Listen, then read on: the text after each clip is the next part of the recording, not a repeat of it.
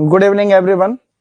सभी dear student का एक बार फिर से मैं रॉयल परिवार में हार्दिक स्वागत और अभिनंदन करता हूं। प्यारे बच्चों, कृषि पर्यवेक्षक के एमसीक्यू बैच के माध्यम से आपकी तैयारी को मजबूत कराने के लिए आए हैं। सभी लोग फटाफट से लाइव क्लास में जुड़ जाइए बच्चों। एग्जाम में बहुत ज्यादा टाइम नहीं बचा है, जैसा कि 4 फरवरी को एग्जाम होना है और सभी सब्जेक्ट के एमसीक्यू जो है, जो मल्टीपल चॉइस क्वेश्चन है, हम आपके सामने हल कराएंगे। रोजाना 4 घंटे की कक्षा आपकी लगेगी। 7,000 से भी ज्यादा प्रश्न इसमें आपको हल करवाए जाएंगे। टेस्ट सीरीज इसके साथ में फ्री और मिलेगी। ओल्ड स्टूडेंट केवल 500 रुपए की कोर्स मिलेगी। नए स्टूडेंट अगर कोई है तो 1,000 रुपए के अंदर ये कोर्स मिलेगा। तो गुड इवनिंग, सभी बच्चों का हार्दिक स्वागत, हार्दिक अभिनंदन। बच्चे लोग, बहुत अच्छा लगता है जब बच्चों से फिर से बात करने का मौका मिलता है। मैं थोड़ी अच्छे तरीके से पढ़ी रखी है और आज हम लोग जो है ऑब्जेक्टिव प्रश्न, अभी तक अपनी 3 क्लास हो चुकी है जिसके अंदर हमने बहुत सारे मल्टीपल चॉइस क्वेश्चन हल कर लिए हैं और जो हमने पढ़ लिया है वो टॉपिक आपके क्लियर हो गए होंगे, ऐसा मेरा मानना है। नहीं होंगे तो अब आज जो है आगे की चीजें हम लोग बहुत अच्छे से क्लियर करते हुए जाएंगे बच्चों। तो पहला प्रश्न आज का आपके स्क्रीन पे इस प्रकार से रहा, निम्न कथनों को पढ़िए। आज के टॉपिक है न्यूट्रिशन, क्लाइमेट और टेम्परेचर। महत्वपूर्ण टेम्परेचर वाला टॉपिक है बच्चों। तो लीची, करोंदा कैल्शियम के अच्छे स्रोत हैं। करोंदा खजूर आयरन के अच्छे स्रोत हैं। अंजीर और अमरूद रेशा, अंजीर और अमरूद में रेशा सबसे ज्यादा पाया जाता है। पालक पोटेशियम का अच्छा स्रोत है। उक्त कथनों में से कौन सा कथन असत्य है, कौन सा गलत कथन है, आपको बताना है। केवल डी, सी और डी, केवल ए, सभी कथन जो है यहाँ पे सही है। उक्त सभी कथन सही है, आपको बताना है। अब राजू सेन, राकेश, ठीक है, अमर, इसी प्रकार से राकेश कुमार, कमल वर्मा, रजनी, राकेश, सभी बच्चों का यहाँ पे उत्तर आता हुआ दिखाई दे रहा है। ज्यादातर बच्चों ने यहाँ पे डी आंसर दिया है, कुछ यहाँ पे बी भी उत्तर दे रहे हैं। तो हम अभी इसका चेक कर लेते हैं कि सही उत्तर बच्चों क्या हो जाना चाहिए। पहला कथन है कि लीची और करोंदा कैल्शियम के अच्छे स्रोत हैं। सबसे ज्यादा जो कैल्शियम होता है वो लीची में पाया जाता है 0.16% और करौंदे के अंदर जो 0.21%, माफ करना, इसमें होता है, लीची के अंदर होता है 0.21%, 0.21% और करौंदे में होता है 0.16%। तो ये कैल्शियम के सबसे अच्छे स्रोत है। पहला कथन सही। करौंदा और खजूर आयरन के अच्छे स्रोत है। करौंदे में आयरन होता है, सूखे करौंदे में 39% के आसपास और खजूर में जो है लगभग 10.6% के आसपास होता है। तो ये भी कथन बिल्कुल ठीक है। अंजीर और अमरूद में फाइबर सबसे ज्यादा पाया जाता है, बिल्कुल ठीक उत्तर है।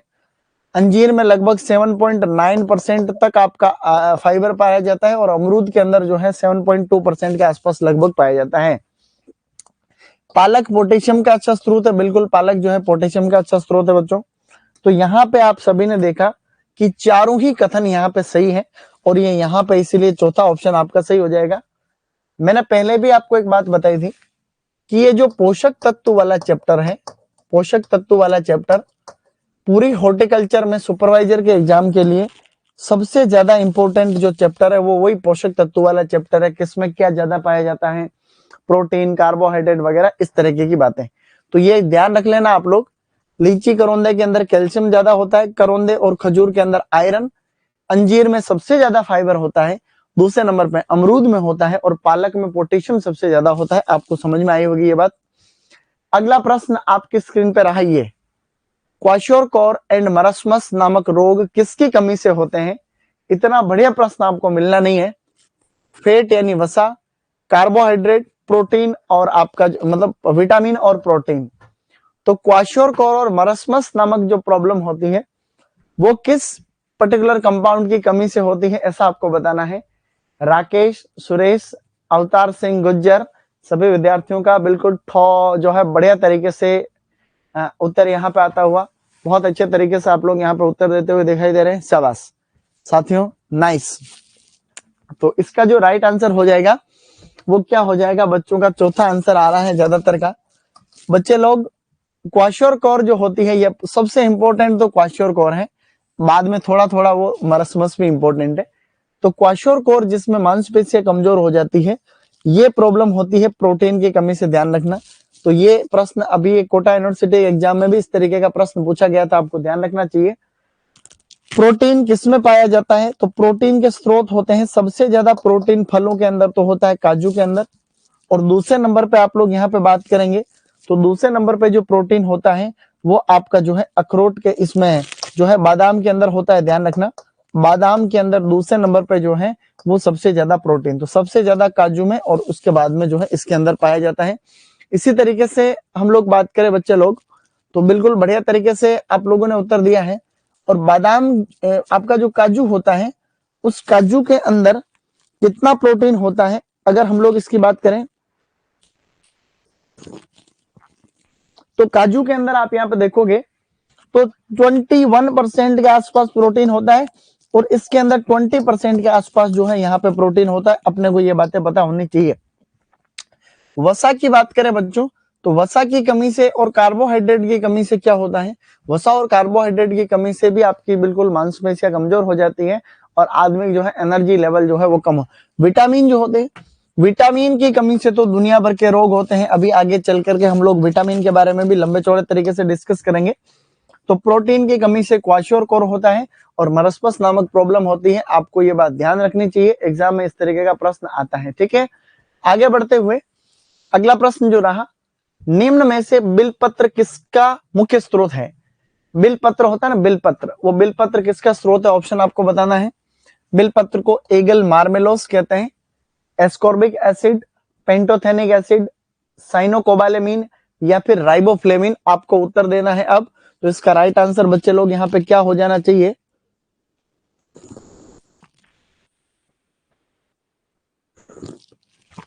जैसा कि बच्चों का उत्तर यहाँ पे अलग अलग तरीके से, कुछ का उत्तर 2 आ रहा है, कुछ का उत्तर यहाँ पे 4 आ रहा है बच्चों। रोहित तिवारी, कृष्णा चौधरी, उम्मेद राजौरिया, सर कमेंट को अपडेट करते रहो।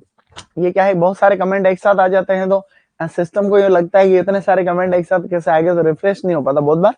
तो सीमा अलग अलग तरीके से बच्चों का उत्तर आता हुआ दिखाई दे रहा है। बिलपत्र एक बहुत इंपॉर्टेंट क्रॉप है, ध्यान रखना। बिलपत्र के अंदर जो विटामिन B2 होता है, कल की क्लास में मैंने आपको बताया था बच्चे लोग, विटामिन B2 को ही हम लोग राइबोफ्लेविन के नाम से जानते हैं। साइनोकोबालेमिन जो होता है वो हम लोग विटामिन B12 को कहते हैं। पेंटोथेनिक एसिड विटामिन B5 को कहते हैं, और एस्कॉर्बिक एसिड विटामिन C को हम लोग कहते हैं। राइबोफ्लेविन की मात्रा जो है बिलपत्र में पाई जाती है। बिलपत्र के बारे में मैंने आपको कुछ बातें बताई थी। बिलपत्र को वैसे तो हम लोग कहते हैं एगल मार्मेलोस, और एगल मार्मेलोस कहने के साथ साथ मैंने आपको कहा था इसका कुल होता है वो रूटेसी होता है बच्चों। रूटेसी जो है इसकी फैमिली होती है, और इसी प्रकार से हम लोग देखें तो इसके अंदर 18 गुणसूत्र संख्या है, और इसका जो उत्पत्ति स्थल होता है वो भारत होता है। दूसरा हम बात करें, इसमें एक कंपाउंड पाया जाता है जिसको मार्मेलोसिन कहते हैं। इसमें एक मार्मेलोसिन करके तत्व पाया जाता है, और उस मार्मेलोसिन की यह खासियत है कि मार्मेलोसिन जो होता है वो पाचन में हेल्प करता है, पाचन में सहायक, वो पाचन में जो है बच्चों सहायक होता है, ऐसा आपको याद रखना। इसकी एक बहुत प्यारी सी किस्म है बिलपत्र की, जिसे हम लोग कहते हैं गोमा यशी। एक वैरायटी हम अगर याद रखना चाहें तो गोमा यशी करके बहुत इंपॉर्टेंट और बहुत अच्छी वाली किस्म है। किस्में तो और भी है, किस्में बहुत सारी हो रहे हैं। तो ये विटामिन, ये आप लोगों को ध्यान रखते हुए चलना। तो इसका जो सही उत्तर हो जाएगा वो यहाँ पे 4 हो जाएगा, ऐसा आप लोग ध्यान रखिएगा। और भी बातें हम बहुत सारी करेंगे। बिलपत्र जो होता है उसका प्रवर्धन पेच बडिंग के द्वारा होता है बच्चों। ये आपके सामने है पेच बडिंग, और पेच बडिंग जो होती है वो हम लोग जामुन में भी करते हैं, वो हम लोग आंवले में भी करते हैं। जामुन में भी पेच बडिंग करते हैं, और हम लोग जो है आंवले के अंदर भी जो है पेच बडिंग करते हैं। आगे बहुत सारी चीजें और भी हम लोग पढ़ेंगे। तो अगला प्रश्न आपकी स्क्रीन पर रहा है इस प्रकार से। कितना बढ़िया प्रश्न है, देखें आराम से और इसको उत्तर देना है।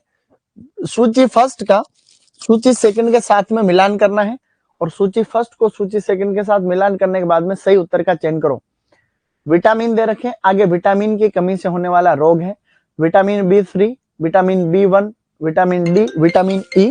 तो आप लोगों को यहाँ पे जो उत्तर देना है, पेलेग्रा, प्रजनन, रिकेट्स या ओस्टियोमलेशिया, ये एक साथ में है ओस्टियोमलेशिया, या फिर आपका बेरी बेरी। आपको आराम से देख करके, हाँ ये प्रश्न अभी मैं उत्तर दे दूंगा। टीना रावल जो प्रश्न आ रहा है इसका मैं उत्तर दे दूंगा अभी। बच्चों का 2 उत्तर आने लग गया है मैक्सिमम स्टूडेंट का।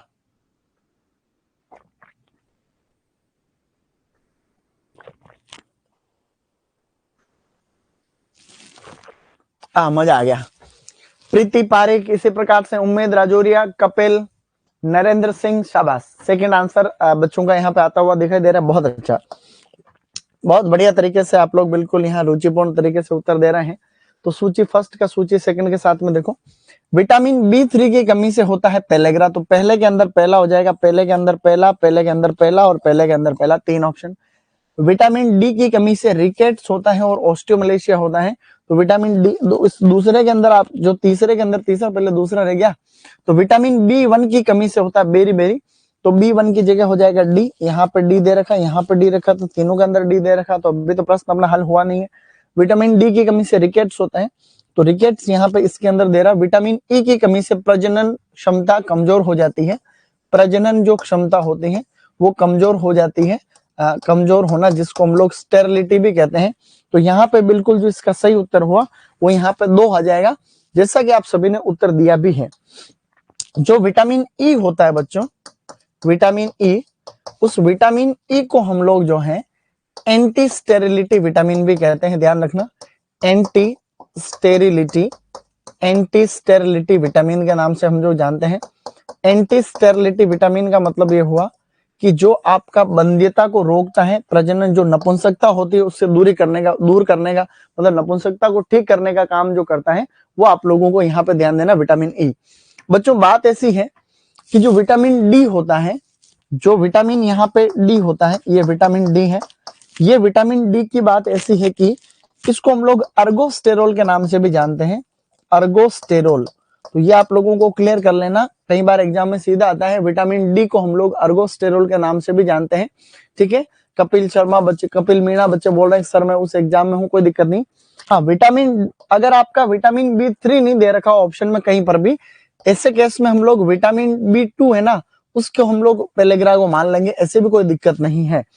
प्यारे बच्चों, विटामिन जो आपका विटामिन B1 होता है, विटामिन B1 वो काजू के अंदर सबसे ज्यादा पाया जाता है, काजू के अंदर विटामिन B1 जो है ज्यादा अच्छा सोर्स जो होता है वो काजू होता है, और विटामिन B2 का बिलपत्र होता है, जैसा कि मैंने आपको बताया था। बाकी के विटामिन में इतने अच्छे तरीके से सोर्स आपको याद रखने की जरूरत है नहीं। विटामिन डी आपको सूर्य की किरणों सनलाइट से मिलता है, और विटामिन ई की जहां तक बात है, विटामिन ई, तो विटामिन ई आपको मिलता है सूखे मेवे जो होते हैं, ड्राई फ्रूट्स, जो ड्राई फ्रूट्स होते हैं जैसे बादाम है, काजू है, इनमें से मिलता है, जो कि एग्जाम के अंदर जनरली नहीं आता है, ठीक है ना। सर ज्यादा कमेंट मत देखो, नंबर ऑफ क्वेश्चन ज्यादा करना चाहिए अपने को। बिल्कुल बच्चे, हम लोग कुछ कमेंट 10 सेकंड के टाइम के लिए देता हूं, उसी में मैं कमेंट देखता हूं, बाकी मैं कमेंट बहुत कम देख रहा हूं। 5 से 10 सेकंड का टाइम प्रश्न पढ़ते ही मेरे को कमेंट में देखना है, और उसके बाद में जो है हम लोग 5-10 सेकंड का टाइम देना बहुत जरूरी हो जाता है। अगला प्रश्न आपके सामने रहा, निम्न में से कौन सा तत्व सब्जियों में सबसे कम मात्रा में पाया जाता है? सब्जियों में सबसे कम मात्रा में पाया जाने वाला तत्व कौन सा है? वसा है, कार्बोहाइड्रेट है, प्रोटीन है, या इनमें से कोई नहीं? वसा, कार्बोहाइड्रेट, प्रोटीन या इनमें से कोई नहीं, आपको बताना है। अब दीपक, इसी प्रकार से अनीता जिंगर है, राकेश, त्रिलोक है, प्रिंस है, हेमंत है, कमल है, इसी प्रकार से नरेश, आरती, राकेश, ठीक है। हम लोग एक प्रयोग और कर रहे हैं, अभी इस ऐप के अंदर एक प्रयोग और करने की बात चल रही है, वो जो आपको बताना है कि वो प्रयोग ये है कि अभी जैसे आप जहां पे कमेंट कर रहे हो ना, अभी वहीं पे आपके प्रश्न भी चलते जाएंगे। मतलब जैसे मैंने ये प्रश्न दिया, ये सेम टू सेम प्रश्न वहां पे आएगा, उसमें आपको उत्तर देने का ऑप्शन आएगा। जैसे हमने 25 क्वेश्चन या 20 क्वेश्चन दिन के किए, तो जैसे ही अपना अपना टाइम होगा ना, तो लास्ट में आप रिजल्ट देख पाओगे कि आपने कितने प्रश्न का सही उत्तर दिया, कितने का जो है आपके गलत हो गए। ऐसा भी ऑप्शन अभी आने वाला है, तुरंत आपको रिजल्ट भी मिल जाएगा। तो ताराचंद और मैक्सिमम बच्चों का पहला उत्तर आ रहा है, तो वसा, कार्बोहाइड्रेट, प्रोटीन और इनमें से कोई नहीं आपके सामने ऑप्शन थे। तो इसमें जो फैट होती है, सब्जियां फैट का बहुत गरीब स्रोत होती है। Vegetables are very poor source of fat. तो फैट जो होती है वो 0.1% से भी कम मात्रा में सब्जियों में फैट नहीं होता, फैट होता फ्रूट के अंदर। अपन फ्रूट के अंदर बात करें, जो फैट की मात्रा है, फैट यानी जो वसा होती है, वो वसा सबसे ज्यादा वॉलनट के अंदर होती है बच्चों। वॉलनट, वॉलनट किसको कहते हैं? वॉलनट हम लोग कहते हैं अखरोट को। तो अखरोट में सबसे ज्यादा, और दूसरे नंबर पे जो है वो बादाम के अंदर होती है। सब्जियों में आलू के अंदर फैट की मात्रा ठीक पाई जाती है। तो वसा वॉलनट में होती है, याद रखना, वसा वॉलनट, कोई दिक्कत नहीं है इस प्रकार से। और कार्बोहाइड्रेट के बारे में हम लोग अभी बात करेंगे। तो कार्बोहाइड्रेट जो होता है वो कार्बोहाइड्रेट में सबसे ज्यादा कसावा के अंदर पाया जाता है। कसावा जिससे हम लोग साबूदाने बनते हैं। कभी एग्जाम में प्रश्न आ जाए साबूदाने को हम लोग कहते हैं सेगो, कि भाई सेगो किससे बनता है, सेगो तो साबूदाना कसावा से बनता है, जिसमें 38% कार्बोहाइड्रेट पाया जाता है, ध्यान रखना कसावा।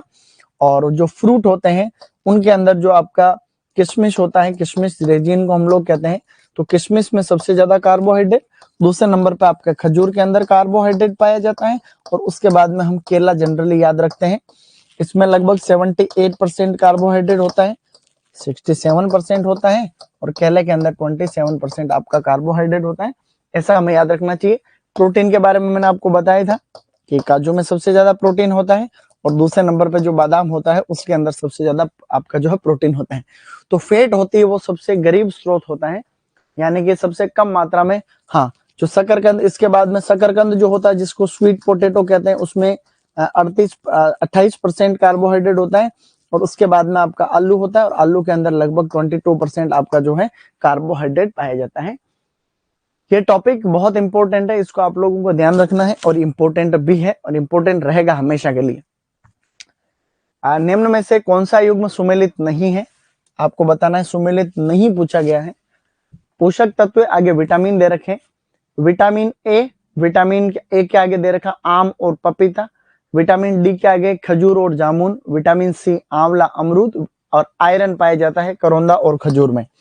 सही सुमेलित नहीं है, ऐसा उत्तर आप लोगों को देना है, ठीक है ना। इसी तरीके से जो है बच्चे बदले हैं कि फला फला किताब कैसी है, अच्छी किताब है। आप लोग जो भी किताब का नाम ले रहे हो उसको पढ़ना भी चाहिए। अब तुम लोग किताबें ज्यादा चेक करने का अब टाइम नहीं बचा है, अब हार्डली 2 महीने आपके पास में है। उन 2 महीनों में आप ज्यादा किताबें मत बदलिए, जो भी आपके पास में स्रोत पहले से हैं उन्हीं को आप लोगों को रिपीटेडली पढ़ना है, तब जाकर के कोई बात बनेगी। पूजा धाकड़, इसी प्रकार से आकाश, प्रिंस, राजू सेन, अलग अलग तरीके से बच्चों के यहाँ पे उत्तर आ रहे हैं। मनीषा, मधु चौधरी, जितेंद्र, ताराचंद, बहुत बढ़िया। तो बेटा प्रश्न जो आप लोग दे रहे हो सेकंड उत्तर, ये सबसे सरल प्रश्नों में से एक था। विटामिन डी, मैंने कहा था कि विटामिन डी जनरली इनमें नहीं होता है, सनलाइट में मिलता है। सूर्य की जो किरणें होती है उन्हें हम लोग सनलाइट कहते हैं। जबकि विटामिन ए के स्रोत मैंने बता रखे आम और पपीता मेनली जो है। आम के अंदर 4800 IU यानी 4800 इंटरनेशनल यूनिट प्रति 100 ग्राम विटामिन ए होता है। दूसरे नंबर पर पपीता है जिसमें 2020 IU के आसपास जो होता है प्रति 100 ग्राम। और सब्जियों में देखा जाए तो गाजर में विटामिन ए सबसे ज्यादा मात्रा में पाया जाता है। विटामिन सी के स्रोत आगे और इसमें प्रश्न में आ सकते हैं, लेकिन विटामिन सी आंवले में, अमरूद में सबसे ज्यादा। जिसे विटामिन सी की बात करें तो जो आंवला होता है उससे भी ज्यादा जो है आप लोग देखोगे बारबेडोस चेरी में। तो विटामिन सी सबसे ज्यादा बारबेडोस चेरी के अंदर पाया जाता है, 1000 से 4000 मिलीग्राम। दूसरे नंबर पर विटामिन सी आंवले में होता है 600 मिलीग्राम। उसके बाद में हम लोग बात करें तो आपके जो अमरूद होता है उसमें विटामिन सी होता है, और अमरूद में कितना विटामिन सी होता है, लगभग 299 मिलीग्राम जो है होता है। आगे बढ़े तो फिर मिर्च आ जाती है, सब्जियों के केस में मिर्च है। बाकी जो है नींबू वर्गीय फल होते हैं उनमें भी बहुत अच्छी मात्रा के अंदर। सब्जियों में ध्यान रखना मिर्च विटामिन सी का अच्छा स्रोत है।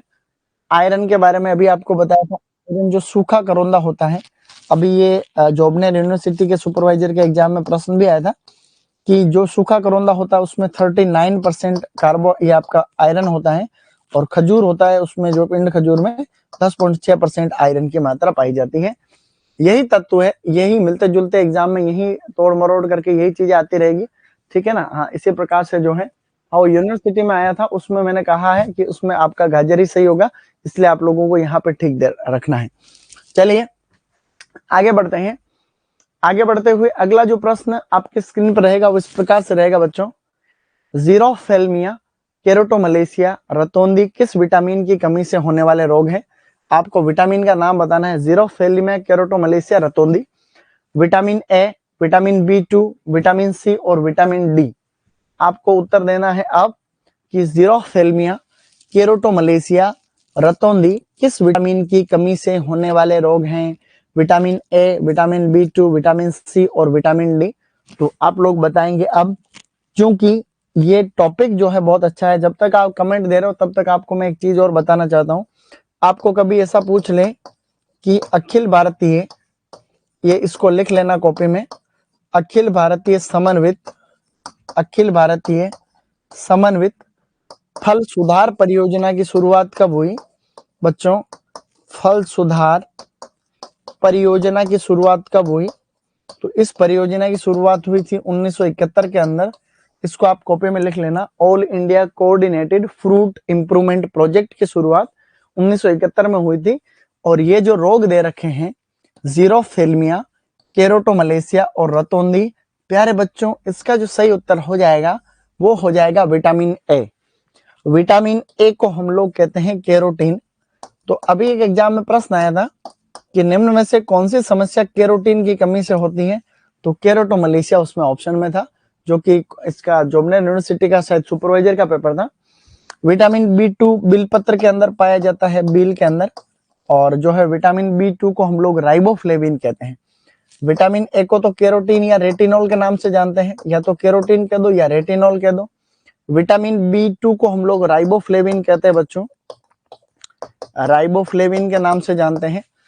और विटामिन सी जो होता है उसे हम लोग एस्कॉर्बिक एसिड कहते हैं, एस्कॉर्बिक एसिड। तो विटामिन सी को एस्कॉर्बिक एसिड कहा जाता है। और विटामिन जो डी होता है उसे हम लोग कैल्सीफेरोल कहते हैं, या तो हम लोग कैल्सीफेरोल के नाम से जानते हैं। और या विटामिन डी को हम लोग अर्गोस्टेरोल कहते हैं बच्चों, अर्गोस्टेरोल। तो आपको याद रखना है, अर्गोस्टेरोल भी कहते हैं। इसी तरीके के प्रश्न तोड़ मरोड़ के पूछते हैं। विटामिन डी की कमी से होने वाले रोग मैंने अभी आपको थोड़ी देर पहले बताए थे। विटामिन डी की बात कर रहा हूं। सबसे पहले मैंने आपको एक तो कहा था ओस्टियोमलेशिया, और एक आप लोग यहाँ पे याद करोगे जिसे हम लोग कहते हैं पिजन चेस्ट। और पिजन चेस्ट के अलावा एक था रिकेट्स, पिजन चेस्ट, और एक था बच्चों रिकेट्स। तो ये जो प्रॉब्लम थी ये तीनों आपकी इस तरीके से पाई जाती हैं। तो ये इनकी कमी से होती है सर। उसका टेम्परेचर थोड़ा और घटाओ। इसी तरीके से हम देखें आगे। अगला प्रश्न जो आपकी स्क्रीन पर रहेगा वो इस प्रकार से है, इसको आपको पढ़ करके यहाँ पे उत्तर देना है। निम्नलिखित में से कौन सा फल शीतोष्ण जलवायु का नहीं है? शीतोष्ण जलवायु का नहीं है ऐसा बताना आपको, ठीक है ना। काजू, बादाम, स्ट्रॉबेरी, सेब। काजू, बादाम और स्ट्रॉबेरी, सेब, ऐसा आप लोग यहाँ पे उत्तर बताओगे। सही उत्तर देखो क्या हो जाना चाहिए बच्चे लोग। तो राइट आंसर आप सभी लोग यहाँ पे देंगे। तो काजू, बादाम, स्ट्रॉबेरी और सेब, निम्न में से कौन सा शीतोष्ण जलवायु का नहीं है ना। तो काजू बच्चों का उत्तर आना शुरू हो गया है। ज्यादातर बच्चे तीसरा उत्तर दे रहे हैं, कुछ पहला उत्तर भी दे रहे हैं।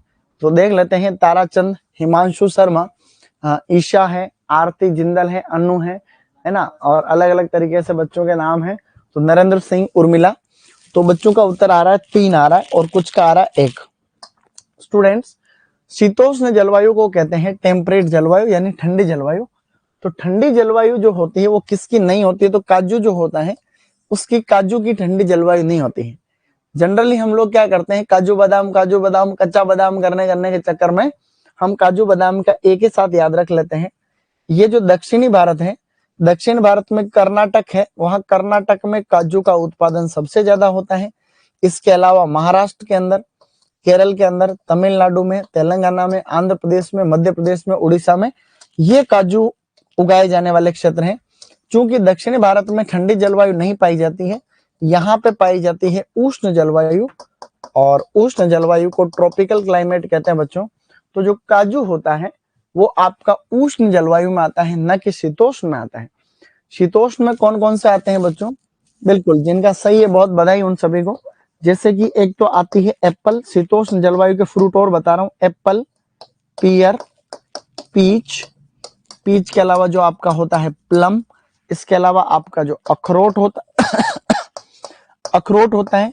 अखरोट के अलावा हम लोग देखें, ये स्ट्रॉबेरी यहाँ पे लिखा हुआ है ही, और यहाँ पे बादाम भी यहाँ लिखा हुआ है, और सेब यहाँ पे लिखा हुआ है। इन सभी को ठंडी जलवायु चाहिए बच्चों। तो एक होती है खुबानी, जिसको हम लोग एप्रिकॉट कहते हैं बच्चों, खुबानी। तो ये सभी ठंडी जलवायु में।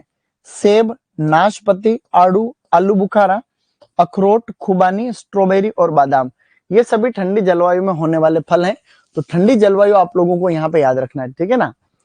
गोविंद गोस्वामी, कोई दिक्कत नहीं है, बिल्कुल ठीक कह रहा हूँ, ठीक है। पूजा नोडल है, अनिल पारिक है, ठीक है। तेजल सरकार, ठीक है। चलिए, और भी उष्ण जलवायु में कौन कौन से फल होते हैं? उष्ण में काजू के अलावा मैंने कहा था आम, केला, पपीता। जैसे हम उष्ण जलवायु के फलों की बात करें तो आम, केला, पपीता, जैसे कि आम, केला, पपीता। इसी प्रकार से पाइनएप्पल हो गया, चीकू है, पाइनएप्पल, चीकू, ये जो है ये फ्रूट, जैसे नारियल जिसको कोकोनट कहते हैं, ये सभी फ्रूट जो है ये उष्ण जलवायु में होने वाले फ्रूट हैं। और नीचे लिखे हुए हैं और वो आप लोगों की कौन से जलवायु के हैं? शीतोष्ण के हैं। एक और बच गई है उपोष्ण जलवायु, उसमें आप लोग यहाँ पे देखोगे उपोष्ण, तो वो आप यहाँ पे, ठीक है सर हम बेर समझ रहे थे और आप आलू बुखारा बता रहे थे। अरे प्लम का मतलब बेर नहीं होता है, प्लम का मतलब आलू बुखारा ही होता है, ठीक है ना। तो बीच में जो बच गई है चीजें वो उपोष्ण जलवायु में आ जाएंगे। जो फ्रूट आपके बच गए वो उपोष्ण जलवायु में आती है, ठीक है बेटे, गुड। अगला प्रश्न, टमाटर में लाइकोपिन निर्माण हेतु उपयुक्त तापमान कितना चाहिए? लाइकोपिन निर्माण के लिए 15 से 20 डिग्री सेंटीग्रेड, 21 से 24 डिग्री सेंटीग्रेड, 24 से 28 डिग्री सेंटीग्रेड, 25 से 35 डिग्री सेंटीग्रेड। टमाटर में जो लाइकोपिन निर्माण होता है उसके लिए आपको बताना है उपयुक्त तापमान कितना होना चाहिए। सुमन, भारती, हिमांशु शर्मा, ठीक है, उम्मीद, मोनिका, दीपेश यादव, कमल वर्मा, सभी बच्चों का यहाँ उत्तर आने लग गया है। बालकिशन स्वामी, आपका जो है चेनू, मासूम, सभी बच्चे उत्तर दे रहे। सेकंड मैक्सिमम बच्चों का जो उत्तर आ रहा है वो सेकंड उत्तर आ रहा है बच्चे लोग, कोई दिक्कत नहीं है। हम यहाँ पे अब चेक कर लेते हैं कि इसका सही उत्तर बच्चे लोग क्या हो जाना चाहिए। तो स्टूडेंट इसका सही उत्तर बिल्कुल ठीक देते हुए 21 से 24 डिग्री सेंटीग्रेड। टमाटर जो होता है, टमाटर, उस टमाटर में 2-3 बातें हमें आनी चाहिए। टमाटर का वैज्ञानिक नाम या तो होता है लाइकोपर्सिकॉन एस्कुलेंटम, हम इसको लाइकोपर्सिकॉन एस्कुलेंटम कह सकते हैं, या इसको कहते हैं सोलेनम लाइकोपर्सिकॉन, सोलेनम लाइकोपर्सिकॉन के नाम से भी हम जानते हैं, या इसको लाइकोपर्सिकॉन एस्कुलेंटम भी कहते हैं, दोनों एक ही बात है।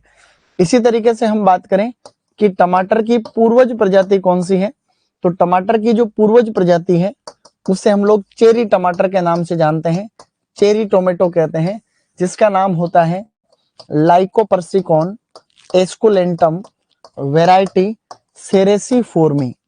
बच्चों सेरेसीफोर्मी, तो आप कृपया इस बात का ध्यान रखना, लाइकोपर्सिकॉन एस्कुलेंटम वेराइटी सेरेसीफोर्मी जो होता है वो इसकी पूर्वज प्रजाति है। और लाइकोपिन होता है, उसके कारण टमाटर का लाल रंग होता है। बच्चों एक चीज आपको और बता रहा हूं, आप लोगों को बताना है, लाइकोपिन कितना पाया जाता है? 20 से 50 मिलीग्राम प्रति 100 ग्राम जो गुदा होता है, 100 ग्राम गुदा होता है, फलों का जो फ्लेश होता है उसमें 20 से 50 मिलीग्राम लाइकोपिन की मात्रा पाई जाती है। सिमिलरली हम और बात करें कि जो आपका टमाटर होता है, टमाटर में ये एक ही तापमान आपका इंपॉर्टेंट है, जो 21 से 24 है ये एक ही टेम्परेचर, ठीक है। हाँ प्रमोद मीणा, इसी तरीके से हम देखें आगे तो टमाटर का टेंजरीन कलर जो होता है, टेंजरीन कलर, टेंजरीन कलर किसको कहते हैं? टेंजरीन कलर जो किन्नू जैसा रंग होता है, जैसे किन्नू दिखता है ना, किन्नू, तो किन्नू जैसा जो रंग होता है वो प्रोलाइकोपिन के कारण होता है, प्रोलाइकोपिन। और प्रोलाइकोपिन को हम लोग कई बार सिस लाइकोपिन के नाम से भी जानते हैं बच्चों, सिस लाइकोपिन भी कहते हैं। तो प्रोलाइकोपिन या सिस लाइकोपिन के कारण टमाटर का जो है टेंजरीन कलर होता है, या हम लोग कहें ये, और लाल रंग होता है लाइकोपिन के कारण। और लाइकोपिन निर्माण के लिए उपयुक्त तापमान कितना है? 21 से 24 डिग्री सेंटीग्रेड तापमान है। और टमाटर की पूर्वज प्रजाति चेरी टमाटर है जिसका नाम होता है लाइकोपर्सिकॉन वेराइटी सेरेसीफोर्मी। होपफुली आप सभी बच्चे इस बात का ध्यान रखेंगे। अगला प्रश्न बच्चे लोग आपकी स्क्रीन पर रहेगा इस प्रकार से, चलिए, निम्नलिखित में से कौन से समूह में सभी फल शुष्क जलवायु में होने वाले फल हैं? शुष्क जलवायु, एरिड, शुष्क यानी ड्राई, जो एरिड अपना राजस्थान वाला खासकर, जो उसमें कौन सा आएंगे? बेर, सेब, काजू, अंगूर, खजूर, केला, आड़ू, आलू बुखारा, काजू, बेर, खजूर, आंवला। अब देखो इससे सरल कोई प्रश्न थोड़ी हो सकता है, जहां तक मेरा मानना है, इससे सरल तो कोई प्रश्न होगा नहीं। तो जो शुष्क जलवायु में होने वाले फल हैं वो आपके हैं बेर, खजूर, आंवला, तीन तो आपके सामने लिखे हुए हैं। इसके अलावा जो बिलपत्र होता है, बिलपत्र हो गया, करौंदा है, फालसा है, करौंदा है, फालसा है, ये सभी जो है बच्चों ये शुष्क जलवायु में होते हैं। शुष्क जलवायु भी उपोष्ण जलवायु का ही एक भाग है। शुष्क जलवायु उपोष्ण जलवायु का ही एक भाग है। आप सभी को ये ध्यान रखना चाहिए बच्चे लोग। तो पहला जो है यहाँ पे बिल्कुल राइट आंसर हो जाएगा, बेर, खजूर, आंवला इसका करेक्ट उत्तर है। कोई दिक्कत नहीं होनी चाहिए आपको। देखो यहाँ पर भी बेर है लेकिन ये सेब काजू नहीं है, यहाँ पर भी खजूर है लेकिन केला अंगूर नहीं है ना। यहाँ पर आपके तीनों के तीनों शीतोष्ण जलवायु के हैं। आड़ू आलू बुखारा नहीं, काजू को छोड़ करके ये दोनों जो है आड़ू आलू बुखारा शीतोष्ण जलवायु के हैं।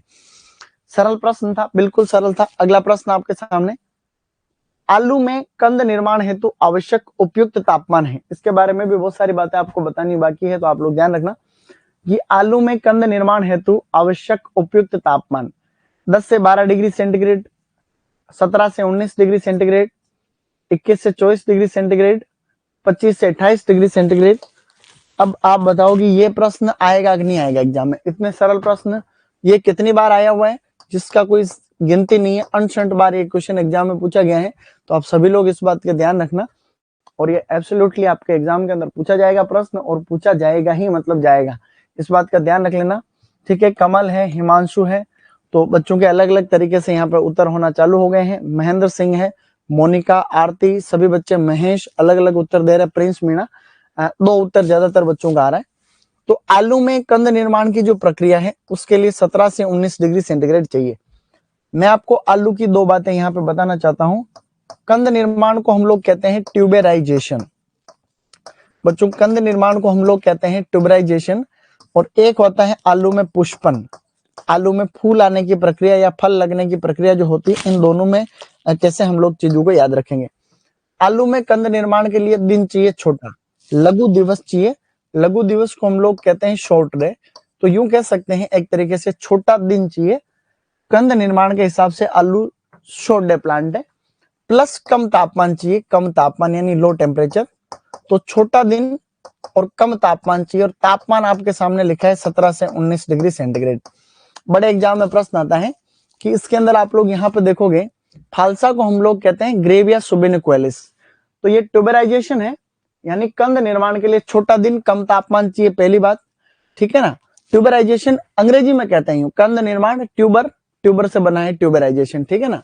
तो ट्यूबराइजेशन क्यों कहते हैं वो एक कोई परिभाषा नहीं है, ये तो अंग्रेजी शब्द है। कंद निर्माण को हम ट्यूबराइजेशन कहते हैं, ये परिभाषा वाला कोई शब्द नहीं है। फूल आने के लिए लॉन्ग डे प्लांट है। फूल आने के हिसाब से आलू एक लॉन्ग डे प्लांट है, यानी बड़ा दिन चाहिए, प्लस कम तापमान चाहिए, लो टेम्परेचर। तो आप इन दोनों पॉइंट को अति महत्वपूर्ण डाल करके नोट कर लेना। मैंने आज एक शॉर्ट भी अपलोड किया है इंस्टाग्राम, रॉयल इंस्टीट्यूट के इंस्टाग्राम चैनल पे एक शॉर्ट भी डाला है जो आलू के बारे में है। तो कंद निर्माण के लिए छोटा दिन और कम तापमान चाहिए, और पुष्पन के लिए बड़ा दिन, लॉन्ग डे प्लांट, और लॉन्ग डे प्लांट एक तरीके से, और कम तापमान। तो आलू में फूल कहाँ पे आते हैं? उत्तर भारत में आते हैं। उत्तर भारत के पहाड़ी इलाकों में ही आलू में फूल आते हैं, और भारत में कहीं पर भी फूल नहीं आते। क्यों? क्योंकि यहाँ गर्मी के मौसम में जब दिन बड़ा रहता है, लेकिन गर्मी में भी तापमान तो कम ही रहता है। उत्तर भारत में राजस्थान जितना तापमान थोड़ी रहता है, तो वहां पे कम तापमान भी मिलता है और बड़ा दिन भी मिलता है, केवल पहाड़ी क्षेत्रों में जहाँ टेम्परेचर का ऐसा केस पाया जाता है। तो इस बात का आप लोग खास कर ध्यान रखना, ये बहुत इंपॉर्टेंट चीज आपको मैं यहाँ पे बता रहा हूँ। ठीक है ना। चलिए अगला प्रश्न, फूल गोभी की अगेती किस्मों में कर्ड बनने और विकसित होने के लिए कितना तापमान उपयुक्त होता है? 12 से 15 डिग्री सेंटीग्रेड, 16 से 20 डिग्री सेंटीग्रेड, 20 से 25 डिग्री सेंटीग्रेड, 25 से 30 डिग्री सेंटीग्रेड। तो फूल गोभी होती है, फूल गोभी का मतलब जो कॉलीफ्लावर होती है, उसकी जो अगेती किस्में हैं उनमें कर्ड बनने और डेवलप होने के लिए कितना टेम्परेचर चाहिए? ये सेम टू सेम प्रश्न सुपरवाइजर 2012 का प्रश्न है। सुपरवाइजर 2012 में आया हुआ प्रश्न है, तो इसके मिलते जुलते प्रश्न तो आते ही रहते हैं। तो मेरे हिसाब से कोई इश्यू नहीं होना चाहिए, आप लोग इजीली इनको याद कर पाओगे। कोई नई चीज बोर्ड पे लिखता हूं तो उसको आप लोगों को नोट करना है, और नोट करना ही है, मतलब इस बात का खास ध्यान रख लेना। तो बेटे बात ऐसी है, तो सही उत्तर जैसा कि आप लोग दे रहे हो 20 से 25 डिग्री सेंटीग्रेड। कल परसों मैंने आपको बताया था जो फूल गोभी है, फूल गोभी में जो कर्ड बनता है, फूल गोभी का खाने योग्य कर्ड होता है, फूल गोभी के फूल को कर्ड कहते हैं। इस कर्ड निर्माण में फूल गोभी की जो अगेती किस्में होती है, अगेती किस्में आपके सामने लिखा है, उनको 20 से 25 डिग्री सेंटीग्रेड तापमान चाहिए। जो मध्यम समय में पकने वाली किस्में होती है उनको 16 से 20 डिग्री सेंटीग्रेड तापमान चाहिए। जो पछेती किस्में होती है बेटे उसके अंदर आप लोग देखोगे 10 से लेकर के 16 डिग्री सेंटीग्रेड। आलू की फूल गोभी की अगेती किस्में कौन सी होती है? मैंने आपको बता रखा है, पूसा दीपाली है, आपकी पूसा मेघना है, पूसा केतकी है, अर्ली कुंवारी, early Patna, Pusa early synthetic है, या फिर आपकी अर्का कांति, ये सभी अगेती किस्में। फूल गोभी के मध्यम समय में पकने वाली किस्में कौन सी है? इम्प्रूव्ड जापानीज है, पूसा सिंथेटिक है, पूसा हिमज्योति है, पूसा बीटा केसरी है, पूसा अघनी है, पूसा शरद है, या फिर हम लोग बात पंत सुब्रा है। पछेती कौन सी है? स्नोबल ग्रुप की सारी किस्में पछेती किस्में, आपको ध्यान रखना, ठीक है ना। टेम्परेचर में कोई भी कंफ्यूजन नहीं होना चाहिए। टेम्परेचर मैंने बहुत शांत तरीके से आप लोगों को पढ़ा रखा है, तो कृपया आप इन बातों का खास ध्यान रखते हुए अपनी तैयारी को मजबूत रखना। जो भी कंफ्यूजन हो एग्जाम से पहले हमको पूछ लेना, अगर कोई दिक्कत हो तो उसको यथासंभव हम लोग दूर करने की कोशिश करेंगे।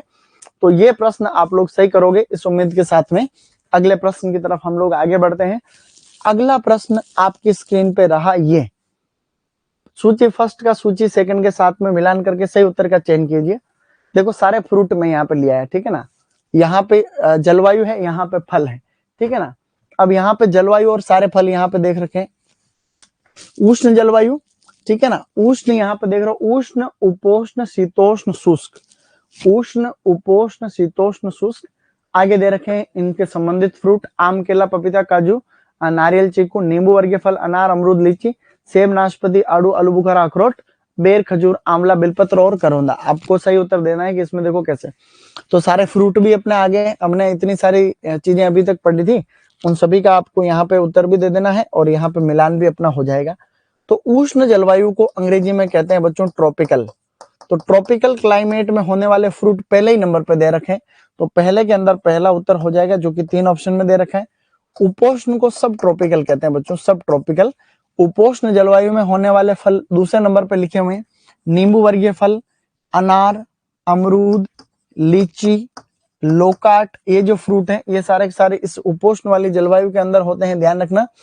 ये अंगूर इसमें और नहीं है तो अंगूर इसमें ऐड कर लेना। लोकाट के अलावा अंगूर भी इसी श्रेणी के अंदर आता है उपोष्ण जलवायु में। शीतोष्ण को टेम्परेट हम लोग क्लाइमेट कहते हैं। टेम्परेट में ये सारे के सारे, तो ये क्रमशः है कुल मिला के, पहले में पहला, दूसरे के अंदर जो है यहाँ पे दूसरा हो जाएगा, तीसरे के अंदर तीसरा है। और शुष्क जलवायु में बेर, खजूर, आंवला, बिलपत्र, करौंदा। तो ये क्रमशः ABCD जैसा कि ऑप्शन नंबर 3 के अंदर दे रखा है। ये आप जलवायु का ध्यान रख लेना। नहीं तो मैंने आपको भारत की जलवायु के बारे में बता रखा है, जैसे कि ये मान लो कि भारत का एक नक्शा मैं यहाँ पे बना रहा हूँ टूटा फूटा सा। ये भारत का कोई भी नक्शा एक मान के, जैसे ये भारत, ऐसा भारत नहीं है, भारत बहुत सुंदर है, लेकिन आप लोग इस बात का थोड़ा सा ध्यान रख लें। ये जैसे भारत है, इस भारत के अंदर आप यहाँ देखोगे, ये जो यहाँ पे कर्क रेखा से नीचे नीचे है, यहाँ पे उष्ण जलवायु पाई जाती है, और बर्फ वाले हिमालय को छोड़ करके बीच में उपोष्ण जलवायु मिलती है, और ऊपर ही ऊपर ठंडे मौसम में शीतोष्ण जलवायु पाई जाती है। सिमिलरली राजस्थान का कुछ जो क्षेत्र है वो शुष्क जलवायु वाली श्रेणी के अंदर आता है। तो आप लोग ऐसे ध्यान रख के भी पता कर सकते हो। दक्षिण भारत में होने वाले जो फ्रूट होते हैं वो आपके उष्ण जलवायु के, बीच में होने वाले जो होते हैं उपोष्ण जलवायु के, और जो हिमालय या ठंडे मौसम में रहते हैं वो आपके जो है शीतोष्ण जलवायु के, शीत जलवायु के फ्रूट होते हैं बच्चे लोग। नेक्स्ट क्वेश्चन आपकी स्क्रीन पर इस प्रकार से रहा, निम्न में से कौन सी सब्जी ठंडी जलवायु में, ठंडी जलवायु की है, यूं याद रख लो, ठंडी जलवायु की कौन सी है? टमाटर, बैंगन, जड़ वाली सब्जियां और कॉल क्रॉप्स, कुकुरबिट्स, मिर्च और भिंडी। इस प्रश्न का उत्तर दोगे तब तो कोई बात बने, ठीक है। आरती, रजनी, बच्चों का उत्तर आना शुरू हो चुका है। युग, पूजा नोडाल, ठीक है, उम्मेद राजौरिया, अनिल पारिक, किरण खट्टी, कोमल वर्मा, उम्मेद, सभी बच्चे यहाँ पे उत्तर दे रहे हैं, कोई दिक्कत नहीं है। मोहनलाल, ठीक है, इसी तरीके से बच्चों के आंसर आ रहे हैं। अनिल पारिक है, बहुत अच्छा। तो स्टूडेंट सभी मिलकर के यहाँ पे उत्तर देते हुए दिखाई दे रहे हैं, शाबाश। तो यहाँ पे उत्तर 2 आ रहा है आपका। मैंने आपको सब्जियों को याद करने की सीधी ट्रिक बता रखी है कि सब्जियों की जलवायु याद करने की ट्रिक ऐसी है कि जितनी भी फल वाली सब्जियां हैं, यानी कि जितनी भी फ्रूट वेजिटेबल्स हैं जिनमें पौधे के ऊपर फल लगता है, उन सभी को गर्म जलवायु चाहिए, गर्म, यानी गर्म को अंग्रेजी में कहते हैं वार्म। जितनी भी जड़ वाली सब्जियां हैं, जितनी भी गोभी वर्गीय सब्जियां हैं, कॉल क्रॉप्स, और जितनी भी जो है पत्तेदार सब्जियां हैं, पत्तेदार, इन सभी को जो जलवायु चाहिए वो चाहिए ठंडी जलवायु। ऐसे ट्रिक से याद कर लिया हमने। ठंडी को हम लोग कहते हैं कूल क्लाइमेट, कोई दिक्कत नहीं है। इस तरीके से। तो प्यारे बच्चों बात ऐसी है कि यहाँ आपने देखा फ्रूट वेजिटेबल कौन सी जिनमें फल लगते हैं, टमाटर, बैंगन, मिर्च, भिंडी होगी, जैसे कुकुरबिटेसी कुल की सब्जियां होगी, इन सभी को गर्म जलवायु चाहिए और जड़ वाली पत्तेदार और आपकी कोल्ड क्रॉप को ठंडी चाहिए। एक एक अपवाद इनमें, अपवाद कौन सा है, अपवाद है आपके सामने मटर, क्योंकि मटर के पौधे के ऊपर फल लगता है फिर भी उसको ठंडी जलवायु चाहिए, पहली बात। दूसरा यहाँ पे आप लोग देखोगे कि जो शकरकंद है वो शकरकंद यहाँ पे देखोगे वो जड़ वाली सब्जी होने के बावजूद भी गर्म जलवायु में आता है। ये दोनों अपवाद है, बाकी ये आप लोगों को ऑटोमेटिक यहाँ पे याद करना है, ठीक है। तो इसी तरीके से जो है बच्चों के यहाँ पे उत्तर आए, तो सही उत्तर यहाँ पे बिल्कुल ठीक दिया आपने, सेकंड आंसर हो जाएगा। और ये मैंने बताया, इस ट्रिक का भी आप लोग खास यहाँ पे ध्यान रखना, ठीक है ना। आप लोग एग्रीगेट फ्रूट को और मल्टीपल फ्रूट को समझने की जरूरत नहीं है बच्चों, मैंने उस दिन आपको ढंग से बताया था। तो एग्रीगेट जो है, इसी तरीके से एग्रीगेट फ्रूट जो होता है, मल्टीपल फ्रूट होता है, उनके एग्जाम्पल आप ध्यान रख लेना। बाकी एग्रीगेट फ्रूट और मल्टीपल फ्रूट जितना गहराई से कभी प्रश्न नहीं आएगा, आपको बस ये याद रखना है किसका फल प्रकार होता क्या है, बस, ठीक है ना। अगले प्रश्न की तरफ हम लोग आगे बढ़ते हैं। पालक पत्तेदार सब्जी है तो पालक को ठंडी जलवायु चाहिए।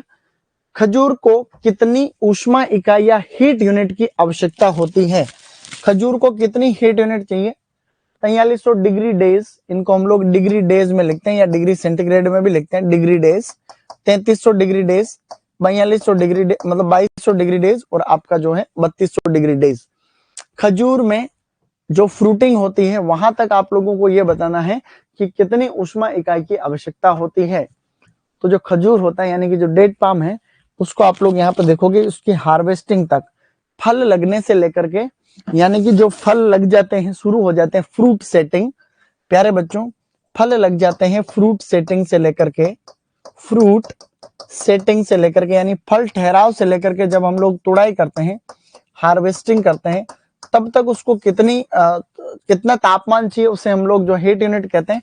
और 3300 डिग्री डेज इसका सही उत्तर होता है। ऊष्मा इकाई ज्ञात करने का जो सूत्र होता है वो होता है m-10 into n, m-10 into n, ऐसे हम लोग ऊष्मा इकाई ज्ञात करते हैं।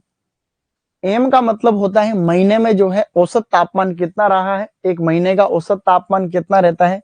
मान लो 35 डिग्री सेंटीग्रेड औसत तापमान रहता है, -10 डिग्री सेंटीग्रेड है, और इसमें n का मतलब होता है number of days in a particular month, एक महीने में औसत तापमान कितना रहता है, औसत महीने में दिनों की संख्या बतानी है इस n का मतलब, तो वो रहती है 30, और इसी को हल करना रहता है। तो एक महीने की जो है आपके सामने हीट यूनिट आ जाती है। बहुत सरल है।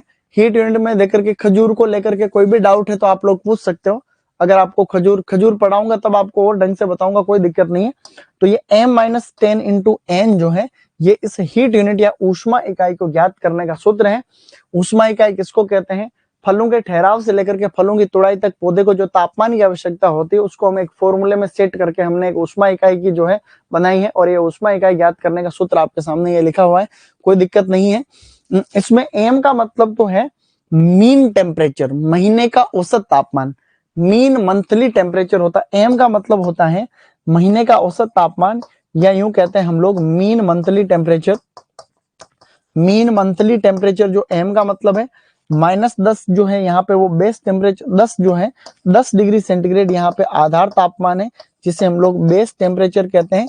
और एन जो है उस एन का मतलब होता है एक महीने में कितने दिन होते हैं, यूं कहते हैं number of days in a particular month, in a particular month. तो प्यारे बच्चों ये जो पर्टिकुलर मंथ का मतलब एक महीने के अंदर कितने दिनों की संख्या होती है, इसको हल करके भी देख लो। मान लो कि महीने का औसत तापमान 35 डिग्री सेंटीग्रेड है, -10 तो फॉर्मूले में दे रखा है, और 30 दिन एक महीने में होते हैं, तो 35 में से 10 जाते हैं तो 25 बचते हैं, 25 को 30 से हम लोग गुणा करते हैं तो 25 या 75 750, तो 750 डिग्री डेज जो है वो एक महीने की हीट यूनिट आ गई है। खजूर में लगभग 4 से 5 महीने लगते हैं आपकी इस क्रिया में, फल ठहराव से लेकर के हार्वेस्टिंग के 4-5 महीने। तो जब 4-5 महीने को हम लोग 750 से गुणा कर देते हैं तो 4-5 महीने की हीट यूनिट आ जाती है। खजूर को कितनी चाहिए, 3300 डिग्री कम से कम होगी, तब जाकर के अच्छा फलन होगा। शाबाश। अगला प्रश्न, विटामिन सी का रासायनिक नाम क्या है, रेटिनॉल, केरोटीन, पायरिडोक्सिन या फिर आपका एस्कॉर्बिक एसिड। ये प्रश्न आज हमने 2-3 बार पढ़ लिया है, तो आप लोग फटाक से इसका उत्तर देंगे, ठीक है ना। सर गोरे और कालों पर हमको एक गीत सुना दो, अरे आज की ये जो क्लास है, गोरे गालों पे कोई गोरे गालों पे गीत सुनाने का थोड़े क्या, गोरे गाल ये कुछ नहीं होता है, ठीक है ना। अभी एग्जाम के टाइम पे गोरे गाल काले गाल सबसे दूर रहना है, समझे। नहीं तो गोरे गालों के चक्कर में फिर जो है तुम्हें जो है लड़के जो है वो फिर देख लेना, तुम्हें शादी होगी तब वो सब ठीक है। अब मैं ज्यादा कुछ नहीं कहना चाहता, समझे। तो विटामिन सी को हम लोग क्या कहते हैं, एस्कॉर्बिक एसिड कहते हैं। तो इसमें चौथा यहाँ पे सही उत्तर हो जाएगा एस्कॉर्बिक एसिड। रेटिनॉल किसको कहते हैं, विटामिन ए को कहते हैं। और कैरोटीन भी विटामिन ए को कहते हैं। पायरिडोक्सिन विटामिन B6 को हम लोग कहते हैं। ये सभी विटामिन के अन्य नाम आपको आने चाहिए। विटामिन सी के स्रोत कौन से बताए थे बच्चों, बारबेडोस, चेरी, दूसरे नंबर पे आंवला, तीसरे नंबर पे अमरूद, अमरूद को कहते हैं गुआवा। सब्जियों में सबसे ज्यादा चिली यानी कि मिर्च के अंदर होती है बारबेडोस चेरी, एग्जाम में आएगा। विटामिन सी का सबसे अच्छा स्रोत बारबेडोस चेरी है बच्चे लोग। अगला प्रश्न आपके स्क्रीन में, केले में प्रचुर मात्रा में क्या पाया जाता है। केले में वसा पाई जाती है, कार्बोहाइड्रेट पाया जाता है, प्रोटीन पाए जाते हैं, विटामिन पाए जाते हैं, ठीक है बच्चों। इसी तरीके से हम लोग देखें, बच्चे बोल रहे सर रिपीट करो क्वेश्चन नंबर 14 को। तो क्वेश्चन नंबर 14 कौन सा था, क्या हीट यूनिट था, कौन सा क्वेश्चन था। तो बच्चों मैंने हीट यूनिट में आपको क्वेश्चन नंबर 14 था, यह मैंने ठंडी जलवायु को मैं यहाँ पे क्या कह रहा था कि फल वाली जितनी भी सब्जियां होती है उनको गर्म जलवायु चाहिए, और जितनी भी जड़ वाली गोभी वर्गीय सब्जियां होती हैं, पत्तेदार सब्जियां होती हैं, उनको ठंडी जलवायु चाहिए। याद रखने की ट्रिक है, जिस पौधे के ऊपर फल लगता है उसको गर्म जलवायु चाहिए, बाकी सबको ठंडी चाहिए। एक एक अपवाद है बस। मटर फल लगता है फिर भी ठंडी में आता है, और शकरकंद जड़ होने के बावजूद गर्म जलवायु में आती है, ऐसा आपको पता है। तो प्यारे बच्चों यहाँ पे आप देख रहे हो केले में प्रचुर मात्रा में क्या पाया जाता है, केले में प्रचुर मात्रा में कार्बोहाइड्रेट पाया जाता है। आप सभी के जैसे कि उत्तर भी आए हैं, 27% के आसपास पाया जाता है। वसा जो होती है, वसा का एक अच्छा स्रोत होता है वॉलनट। वॉलनट हम लोग कहते हैं अखरोटों को, जिसमें 64% आपका जो है फैट होती है। प्रोटीन का सबसे अच्छा स्रोत काजू होता है, और काजू के अंदर जो है बच्चों याद रखें तो 21% आपका होता है। और विटामिन तो कई तरीके के होते हैं। विटामिन शब्द जो है बच्चों, फंक नामक व्यक्ति ने विटामिन नाम दिया। विटामिन दो तरीके के होते हैं, एक तो वसा में घुलनशील जो विटामिन होते हैं, एक जल में घुलनशील विटामिन होते हैं। जल में घुलनशील विटामिन जो होते हैं, जल में वाटर सोल्युबल विटामिन, वो जो कि बी और सी होते हैं। और वसा में घुलनशील होते हैं ए, डी, ई और के। ए, डी, ई, के वह सफेद सोल्युबल विटामिन है। और वाटर सोल्युबल विटामिन कौन कौन से हैं, बी, सी जो है BHC। मैं आपको ऐसे याद रखाता हूँ ट्रिक, BHC से याद रखना है। H का मतलब होता है H2O, तो BHC, H का मतलब H2O, यानी कि जो विटामिन बी और सी है वो H2O के अंदर घुलनशील है। अगला प्रश्न हम लोग बढ़ते हुए, निम्न में से कौन सा विटामिन सी के स्रोतों का घटता क्रम है। विटामिन सी के स्रोतों को आपको घटते हुए क्रम में आपको बताना है। अर्जुन चौधरी, कुसुम चौधरी, कोई भी आउट ऑफ सिलेबस क्वेश्चन नहीं पूछना किसी को, समझे। चलिए, तो यहाँ पे विटामिन सी के स्रोत बच्चे क्रमशः आपको बताना है। बारबेडोस चेरी, अमरूद, आंवला, आंवला अमरूद, बारबेडोस चेरी, आंवला अमरूद, नींबू, आंवला, बारबेडोस चेरी। सही घटता क्रम पूछा गया है, घटता हुआ क्रम, यानी कि सबसे पहले तो वो आना चाहिए जिसमें सबसे ज्यादा, अभी जस्ट आपको मैंने बताया था, बच्चों का उत्तर आ रहा है। सबसे ज्यादा विटामिन सी बारबेडोस चेरी में होता है। दो ऑप्शन में पहले नंबर पर बारबेडोस चेरी दे रखा है, दूसरे नंबर पे आंवला, तीसरे नंबर पे अमरूद। तो ऑप्शन कौन सा सही हो रहा है यहाँ पे, तीसरा ऑप्शन सही हो रहा है। बारबेडोस चेरी में 1000 से लेकर के 4000 मिलीग्राम विटामिन सी होता है। आंवले में 600 मिलीग्राम होता है, ये भी एग्जाम में प्रश्न आता है। अमरूद में 299 या 260 से 300 मिलीग्राम जो है विटामिन सी होता है। ये विटामिन सी का, बारबेडोस चेरी का वैज्ञानिक नाम अगर आप याद रखना चाहें तो इसका नाम होता है मालफिगिया। बच्चों मालफिगिया प्यूनिसीफोलिया, मालफिगिया प्यूनिसीफोलिया जो होता है, और इसकी फैमिली होती है मालफिगेसी। बच्चों मालफिगेसी जो है वो मालफिगेसी इसकी फैमिली होती है बारबेडोस चेरी की। तो ये हल्का फुल्का मैंने आपको इसके बारे में बताया। अगला प्रश्न आपकी स्क्रीन पर रहा इस प्रकार से, लोकाट और लीची किस प्रकार की जलवायु के फल हैं। मैंने आपको लोकाट और इस लीची के बारे में अभी जस्ट बताया था, अगर आपको थोड़ा बहुत भी याद रहा है तो ठीक है ना, तो वो आप लोग अभी यहाँ बताएंगे, ठीक है। चलिए, तो यहाँ पे जो बच्चों प्रश्न यहाँ पे आता हुआ आपका, तो लोकाट और लीची के बारे में, उष्ण, उपोष्ण, शीतोष्ण और शुष्क। लोकाट जो होता है उस लोकार्ट को इरीबोट्रिया जैपोनिका कहते हैं। इरीबोट्रिया जैपोनिका, इरीबोट्रिया जैपोनिका जो होता है वो इसका नाम होता है। और लोकार्ट रोजेसी फैमिली में आता है, जिसमें सेब नाशपाती आते हैं, लेकिन ये शीतोष्ण जलवायु में नहीं होता। बच्चों का 4 उत्तर आ रहा, कुछ का 2 आ रहा, कुछ का 3 आ रहा है। मैंने कहा था लोकार्ट और लीची जो है इनको उपोष्ण जलवायु चाहिए, सब ट्रॉपिकल। लोकार्ट अति महत्वपूर्ण क्यों है? क्योंकि लोकार्ट सब ट्रॉपिकल प्लस एवरग्रीन है। एवरग्रीन का मतलब ये एकमात्र ऐसा फ्रूट है जो सदाबहार भी होता है और सब ट्रॉपिकल जलवायु भी इसको चाहिए होती है। तो दूसरा आपका सही। तो इसको हम इरीबोट्रिया जैपोनिका कहते हैं, रोजेसी कुल में आता है। लीची को लीची चाइनेंसिस कहते हैं बेटा, लीची को लीची चाइनेंसिस कहते हैं। और ये चाइना इसका उत्पत्ति स्थल है लीची का। लीची का कुल होता है सपिंडेसी। सपिंडेसी जो होती है इसकी फैमिली होती है, ऐसा आपको याद रखना चाहिए। तो प्यारे बच्चों, आप सभी ने इसका उत्तर दिया। नेक्स्ट क्वेश्चन जो आपकी स्क्रीन पर रहेगा वो इस प्रकार से है, निम्न में से कौन सा युग्म सुमेलित आपका नहीं है? ये प्रश्न मेरे हिसाब से हमने जो है पहले कर लिया, फिर भी फटाक से अपन उत्तर देते हैं। फिर मैं आपको कुछ और चीजें यहाँ पे समझा देता हूँ, कोई दिक्कत नहीं है। मैं आपको ये भी समझाना चाह रहा हूँ 1 सेकंड के लिए कि जलवायु कैसे क्या होती है। तो विटामिन ए जो होता है, विटामिन ए वो आम में, पपीता में होता है, बिल्कुल ठीक। तो विटामिन डी वाला यहाँ पे बिल्कुल आपका गलत उत्तर हो जाएगा। मैंने आपको बताया था विटामिन डी के स्रोत विटामिन सी, ये सही है। आयरन भी ये सही है। मैंने आपको एक चीज पहले भी बताई थी कि ये जैसे धरती है, धरती में ये भूमध्य रेखा है, ये यहाँ पे कर्क रेखा है, ये यहाँ पे मकर रेखा है। 0 डिग्री अक्षांश है, ये 23.5 डिग्री उत्तरी अक्षांश है, ये 23.5 डिग्री दक्षिणी अक्षांश रेखा है। सूर्य की जो किरणें होती है वो सूर्य की किरणें सीधी भूमध्य रेखा पर चमकती है पूरे साल में। यहाँ पे 66.5 डिग्री उत्तरी अक्षांश रेखा है, यहाँ पे 66.5 डिग्री जो है दक्षिणी अक्षांश रेखा है। सूर्य की किरणें सीधी भूमध्य रेखा पे चमकने के कारण भूमध्य रेखा के आसपास वाले इलाके में तापमान ज्यादा रहता है।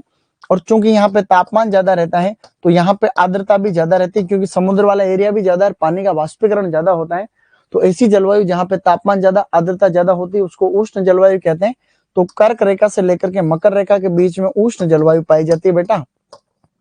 इसी तरीके से 23.5 से 66.5 डिग्री जो सेंटीग्रेड है, यहाँ पे अक्षांशीय रेखा है, यहाँ पे उपोष्ण जलवायु मिलती है और यहाँ पर भी उपोष्ण जलवायु पाई जाती है बेटे। और ऊपर आपके, क्योंकि सूर्य की किरणें सबसे तिरछी इधर रहती है, तो यहाँ पे शीत या शीतोष्ण जलवायु, यहाँ पे शीत या शीतोष्ण।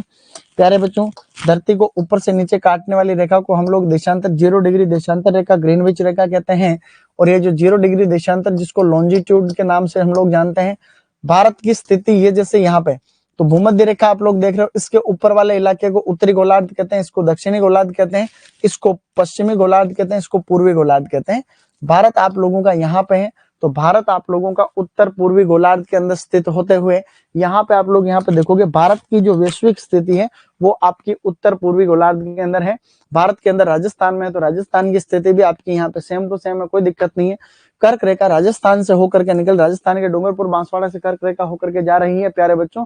तो यहाँ पे एक चीज को आप लोग समझोगे कि ये जो कर्क रेखा यहाँ पे जा रही है, इस कर्क रेखा के नीचे कर्क रेखा के आसपास हमेशा उष्ण जलवायु पाई जाती है ज्यादातर। तो राजस्थान का जो दक्षिणी राजस्थान है वहां पर भी उष्ण जलवायु का माहौल बनता है। डूंगरपुर बांसवाड़ा उदयपुर वाला जो इलाका है उष्ण जलवायु है, और जहाँ उष्ण जलवायु पाई जाती है वहाँ केले की खेती, बांसवाड़ा जिले में केले की खेती की सबसे ज्यादा संभावना है। ये प्रश्न 2 बार आ गया। तो आप सभी लोगों को मैंने शॉर्टकट में ये सभी बातें बताई हैं, इसी प्रकार से ये हल्का फुल्का था, तो आप सभी लोग यहाँ पे ध्यान रखेंगे। और अभी हम लोग यहाँ पे देखें, बच्चे बिल्कुल जो है, हाँ बच्चे बोल रहे क्वेश्चन, ये क्वेश्चन जो है टॉपिक के हिसाब से है, जिस टॉपिक में से जैसे प्रश्न बन सकते हैं वो सभी प्रश्न हमने बना दिए हैं। बच्चे बोल रहे हैं क्वेश्चन जो है, क्वेश्चन आप लोगों को बहुत अच्छे देखने को मिलेंगे, अभी तो शुरुआत है। तो क्वेश्चन में टॉपिक वाइज है भाई, पूरे हॉर्टिकल्चर के मिक्स लाऊं तब तो आपको सब तरीके का मिल जाएगा, क्योंकि हम टॉपिक वाइज चीजें पढ़ रहे हैं। इसी तरीके का पेपर एग्जाम में आता है, तो इसी तरीके से हम लोग यहाँ पे बात करेंगे। तो जब फ्रूट हम पढ़ेंगे, वेजिटेबल हम लोग पढ़ेंगे, तो आपको बहुत अच्छे प्रश्न देखने को मिलेंगे। परिरक्षण में भी बहुत अच्छे, फ्लोरिकल्चर में बहुत अच्छे मैंने प्रश्न बना रखे हैं, ऐसी कोई बात नहीं है, ठीक है। तो इसी तरीके से आप लोग अपने स्तर को बढ़ाओ, मैं अपने स्तर को बढ़ा दूंगा। मुझे अपने स्तर को बढ़ाने की जो है, मेरे को पता है कि क्या है मैटर, ठीक है बेटे। आप सभी लोग अच्छे तरीके से पढ़ रहे हो, तो आज के लिए इतना ही है, ठीक है बच्चों। थैंक यू सो मच, जय हिंद।